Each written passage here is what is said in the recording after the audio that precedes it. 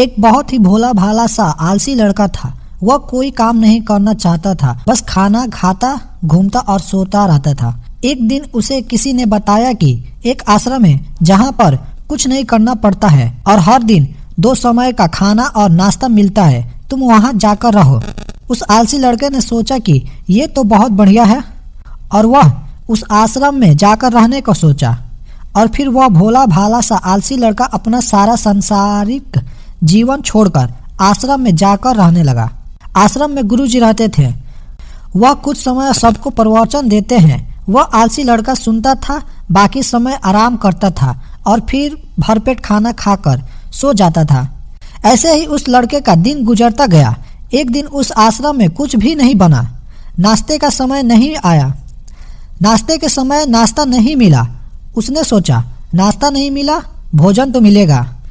अब भोजन का समय भी उसे भोजन नहीं मिला। लड़का दौड़कर गुरुजी के पास गया और उसने पूछा कि आज भोजन क्यों नहीं बना। गुरुजी ने कहा, बेटा आज एकादशी है और जितने भी आश्रम के सदस्य हैं उनका उपवास है और तुम्हारा भी आज उपवास है। आज भोजन नहीं बनेगा। वह लड़का आलसी था और उसे भूख भी बहुत तेज लगी थी। उसने गुरुजी से बोला, मैं उपवास नहीं रहूंगा, मुझे भूख लगी है, मैं खाना बनाऊंगा। गुरुजी ने कहा, ठीक है, जाओ भंडार में से सामान लेकर आओ और आश्रम में नहीं बाहर ले जाके बना लो। लेकिन याद रखना, भोजन बनाने के बाद सबसे पहले भोग भगवान को लगाना और फिर तुम प्रसाद पाना। वह लड़का बोला, ठीक है, और फिर अनाज लेकर नदी की ओर पहुंचा। भोजन पकाने लगा, तैयार हुआ। उसके बाद कहने लगा कि हे भगवान श्री राम, आइए, पधारिए, भोग लगाइए।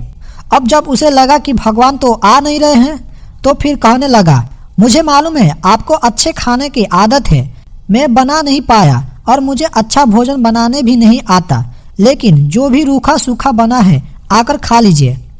भगवान श्री राम उसकी सरलता पर बहुत ही प्रसन्न हुए और उस लड़के को दर्शन दे दिए। उसने देखा कि भगवान श्री राम आए और उसके साथ माता सीता भी आई हुई है, लेकिन लड़के ने सिर्फ 2 ही लोगों के लिए खाना बनाया हुआ था, एक अपने लिए और दूसरा भगवान के लिए। और अब क्योंकि भगवान के साथ माता सीता भी आई थी तो उसने भोजन को माता सीता और भगवान के सामने ग्रहण करने के लिए रख दिया। भगवान श्री राम, माता सीता ने भोजन किया और उसके बाद जब वह जाने लगे तो यह भोला सा आलसी लड़का बोला कि प्रभु आप आए, दर्शन दिए, बहुत अच्छा लगा। मुझे खाने को कुछ नहीं मिला, लेकिन कोई बात नहीं, लेकिन आपसे एक विनती है कि अगली बार जब आप आए तो कितने लोग आएंगे ये बता दीजिएगा, ताकि मैं उतने लोगों के लिए भोजन बना कर रखा रहूं। भगवान श्री राम मन ही मन मुस्कुराए और फिर चले गए। लड़का आश्रम आया, दिन बीत गया और फिर एकादशी का दिन आया और इस बार उसने 3-4 लोगों के लिए अनाज लेकर खाना बनाने के लिए नदी की ओर पहुंच गया और उसने बड़े प्रसन्नता से भोजन बनाया और इंतजार करने लगा प्रभु आए और भोजन लगाए। इस बार लड़का देखता है कि भगवान श्री राम पूरा दरबार लेकर आ गए, जैसे माता सीता, लक्ष्मण, भारत, हनुमान जी और सभी लोग आए हैं। लड़के ने 3 से 4 लोगों के लिए भोजन बनाया था और इस बार भी भोजन कम पड़ गया। लड़के ने निराश होकर भोजन को प्रभु के आगे रख दिया। उन्होंने भोजन किया और फिर चले गए और इस बार भी लड़का फिर भूखा रह गया। अब लड़का फिर आश्रम आया, दिन बीत गए और फिर एकादशी का दिन आया। इस बार गुरुजी से कहने लगा कि गुरुजी मुझे इस बार थोड़ा ज़्यादा अनाज चाहिए। गुरुजी सोचने लगे कि यह इतना अनाज को करता क्या है, कहीं इसे बेचता तो नहीं। फिर उन्होंने कहा, ठीक है, भूख से परेशान रहता है। लड़के ने कहा कि नहीं गुरुजी, मैं भूख से परेशान नहीं रहता हूँ, प्रभु के साथ बहुत लोग आते हैं, उनको भी तो भोजन कराना पड़ता है। गुरुजी को लगा कि लड़का पागल हो गया है, लेकिन गुरुजी ने सोचा कि चलो एक बार चलकर देखते हैं कि लड़का इस अनाज को करता क्या है। वह भोला भाला सा लड़का अनाज लेकर नदी के किनारे पहुंचा और इस बार भोजन बनाया नहीं। उसने सोचा कि प्रभु हर बार ज्यादा लोगों के लेकर आते हैं, इस बार वह जितने भी आएंगे खुद बना के भोग लगा लेंगे।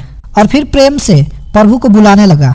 गुरुजी यह सब छुप कर देख रहे थे कि ये भोजन तो बनाया नहीं और प्रभु को बुला रहा है, लेकिन लड़के ने देखा कि इस बार प्रभु के साथ बहुत से लोग आए हुए हैं तो लड़का प्रभु के साथ हाथ जोड़कर कहने लगा कि प्रभु मुझे माफ करना, आप बहुत सारे लोग आते हो, मुझे संख्या का पता नहीं होता और मेरी हिम्मत भी नहीं होती कि इतने सारे लोगों के लिए भोजन बनाऊं। आप स्वयं आइए, बनाइए, खाइए और भोग लगाइए। प्रभु मुस्कुराए और अपने साथ आए सभी लोगों के साथ मिलकर भोजन बनाने लगे। गुरुजी ये सब छुपकर देख रहे थे और फिर लड़के के पास आकर कहने लगे कि तुम ये क्या कर रहे हो। लड़का कहता है, जी गुरुजी, आपको दिखता नहीं कि मैं भगवान श्री राम पधार चुके हैं, सीता माता आई है, हनुमान जी आए हैं और सभी लोग आए हुए हैं, भोजन बना रहे हैं। गुरुजी ने बोला कि तू पागल हो गया है, मुझे तो कोई दिख नहीं रहा है।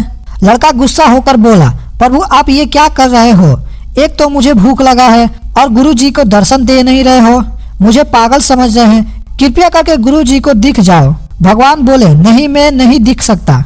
लड़का बोला, क्यों नहीं दिख सकते, मेरे गुरुजी तो बहुत महान है, बहुत ज्ञानी है और ज्ञाता है। भगवान बोले, ज्ञानी और ज्ञाता होंगे लेकिन तुम्हारी तरह सरल नहीं है, जो सरलता तुम में है वो तुम्हारे गुरुजी में नहीं है। लड़के ने यह बात गुरुजी को कह दी कि भगवान श्री राम कह रहे हैं कि आप में सरलता नहीं है, आप मेरी तरह सरल नहीं है, इसलिए आपको नहीं दिख सकते। गुरुजी की आंखें नम हो गई और रोने लगे और बोले, बिल्कुल सही कहा, मेरे अंदर तुम्हारे जितना सरलता नहीं है, और फिर माफी मांगने लगे। फिर भगवान ने गुरुजी को दर्शन दिया। ये कहानी हमें सिखाती है कि जीवन में सरलता सबसे आवश्यक है। जितना सरल बने रहोगे उतना जीवन में आगे बढ़ते चलोगे। जब आप सरल होते हैं तो आप खुद ही मुस्कुराते हैं और दूसरों को भी मुस्कुराने का वजह देते हैं। तो दोस्तों, अगर आपको ये वीडियो पसंद आई हो तो हमारे चैनल को सब्सक्राइब कर लीजिए ताकि ऐसे ही आपको वीडियो मिल सके। Thanks for watching. Subscribe for more video.